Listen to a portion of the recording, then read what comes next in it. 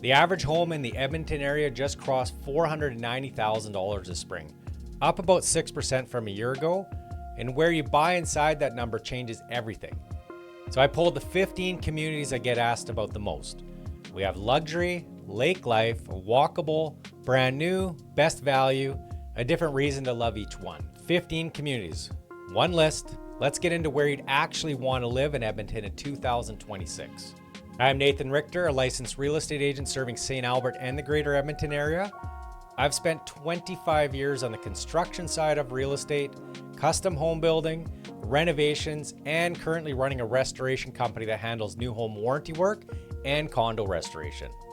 So when I rank communities, I'm not just looking at the pretty street. I'm bringing the agent's lens and the builder's lens, what these places are made of and what they're worth. So let's get into it. Quick context if you're new to Edmonton or you're planning to relocate to Edmonton. My family and I moved from Vancouver Island about 22 years ago and have watched this region grow from the inside ever since. We've seen a lot of growth in the southwest through Terwillegar as well as into the north and to the west areas. A lot of new builds being built. So here's how I want you to watch this. I'm not stacking these 1 to 15. Everyone earns its spot on a different axis. Some are the luxury ceiling, some are the smartest value in the city. One's the only real lake community. A couple are where the new custom homes are actually being built right now. So as we go, the question isn't which is best, it's which one is best for you. Stick with me to the end and I'll show you how to figure that out for your budget. We start in the southwest with the name most people think of first when they hear luxury Edmonton. That's Windermere. Here's why it leads. Windermere is the most accessible way into Edmonton's high end. Typical list prices sit in the mid 600s and the ceiling runs past 5 million. So it's one address that works for a move-up family and a luxury buyer at the same time. It's newer construction, wide streets, and the currents of Windermere right there for groceries, dining, and errands without leaving the community. Golf at the Windermere Golf and Country Club, the River Valley on the south edge. If you want a modern, turnkey, luxury feel without the heritage price tag, this is the entry point. Just north of there is Riverbend. And Riverbend is my pick for best all-around family value on the south side. This isn't one neighborhood, it's a cluster of them. Brander Gardens, Radigan Ridge, Ogilvie Ridge, Brookside wrapped up against the River Valley and Terwillegar Park. Whitemud and the Henday are both a minute away, so you're downtown or at the airport pretty quickly.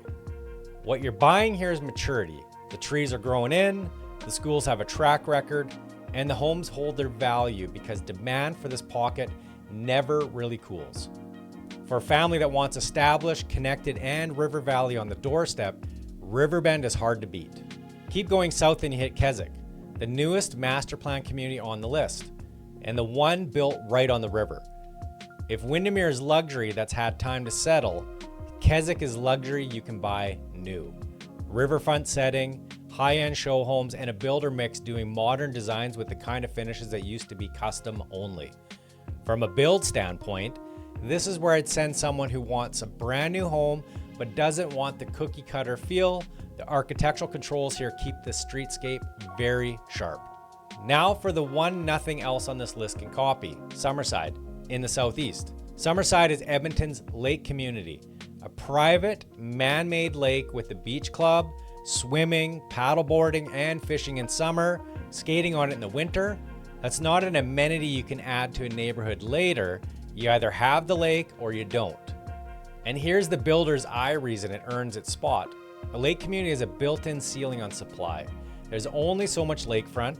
That scarcity is exactly what protects your value going over the long hold. So if a lake summers are lifestyle you're picturing, Summerside is the only real answer in the city. Back across to the central core, Windsor Park tucked between the University of Alberta and the River Valley. This is old money Edmonton in a walkable package. You've got stately homes on quiet streets, and you can walk to campus, walk to White Ave, and be on Harlech Park trails in minutes. That combination, prestige plus you don't need a car, is very rare in this city. It's a favorite of professors, doctors, and anyone who works at the U of A and wants to leave the second car at home. Small, tightly held, and almost never comes up for sale, which is exactly why it ranks.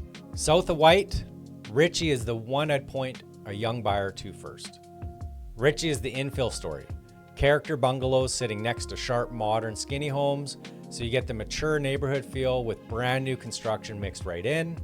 Ritchie Market, the old hardware building turned into a bakery, brewery, and restaurants, give the community a real anchor. And Mill Creek Ravine runs right through it, plugging you straight into the river valley so you can go there right on foot. For first-time buyers and young professionals who want walkable, a little bit cool and not suburban, this is the pocket. Right next door is Old Strathcona, and if walkability and culture are what you're chasing, nothing in Edmonton beats it. White Avenue is the heart of it. The boutiques, the cafes, the live music, the Fringe Festival every August. You've got heritage buildings, the farmers market, and street life most Canadian cities that size would trade for. This is the pick for someone who wants to live in the energy, students, creatives, downsizers who want everything on foot. You trade some square footage and some quiet for it, but the location does something no new suburb can. Now back southwest for the top of the market. Westbrook Estates out by the Derrick Golf and Winter Club. This is Edmonton's ceiling for residential luxury. Near acre lots, legacy estates, and list prices that run into the millions. The priciest homes in the city trade in this pocket. It sits right on the river valley, backing some of the best treed lots you'll find inside city limits. Fair warning, this one isn't for most buyers, and that's the point. It's the address people work 20 years to move into. Putting it on the list shows you where the top actually is. From the top of the market to the middle of the action, downtown. Downtown is the zero commute play. High rises and condo steps from Rogers Place, the Ice District, Churchill Square, and the Arts District. If you work in the core or you're done with mowing a lawn and shoveling a driveway, this is lock and leave living. It's the most affordable entry to a brand name lifestyle on the list. Condo pricing gets you into the heart of the city. It suits professionals, downsizers, and anyone who wants the restaurants and the games on foot and the mountains a weekend drive away. Just west of downtown is the most storied address in the city, Glenora. If Westbrook is the price ceiling, Glenora is the prestige ceiling. This is old Edmonton. Heritage estates on wide canopied streets, the kind of homes that get passed down. Median list prices sit near $1 million, and the finest estates run into $3 and $4 million range. You're a short walk from the river valley and 124th Street's galleries and restaurants.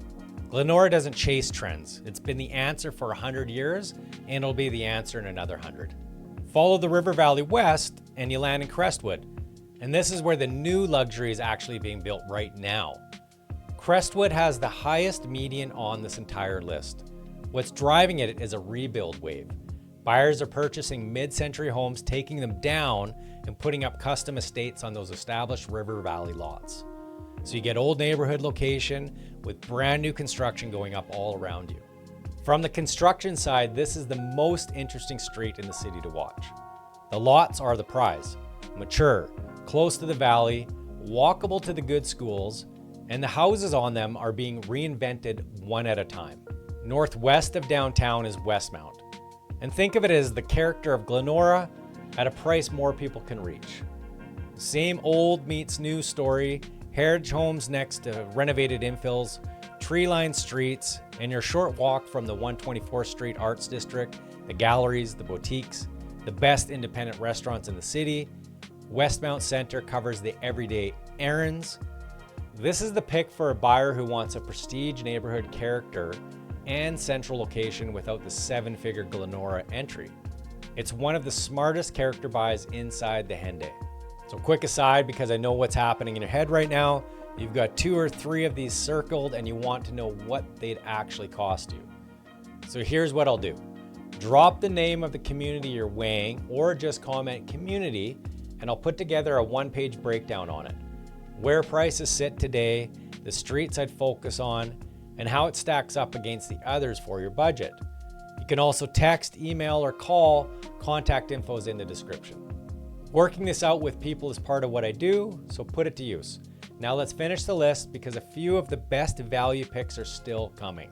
Over on the east side is the most underrated pick on the whole list. Forest Heights sits right on the river valley with some of the best downtown skyline views in the city. And you pay a fraction of what those same views cost on the west side.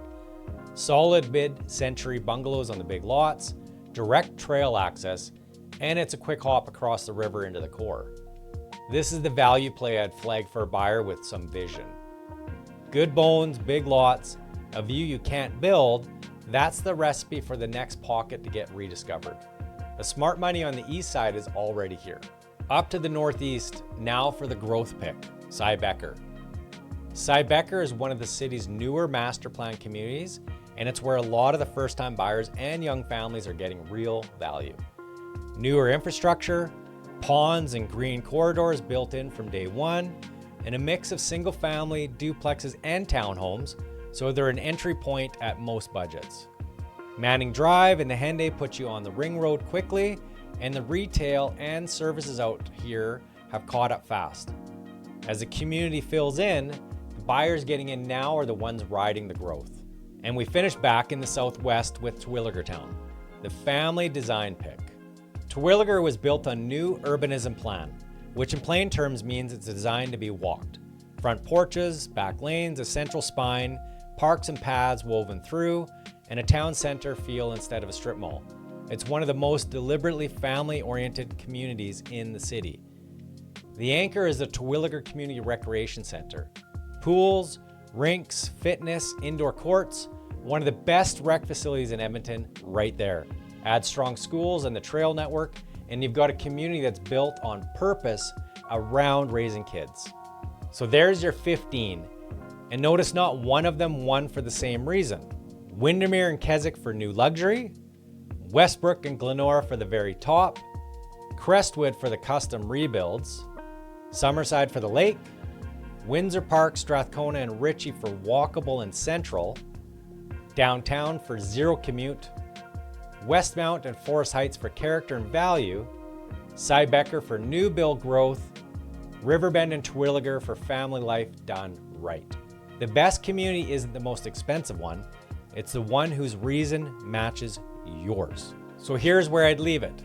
If you're planning a move in the next 6 to 12 months and you want a straight conversation about which of these fits your budget, your commute, and your family, text, email, or call.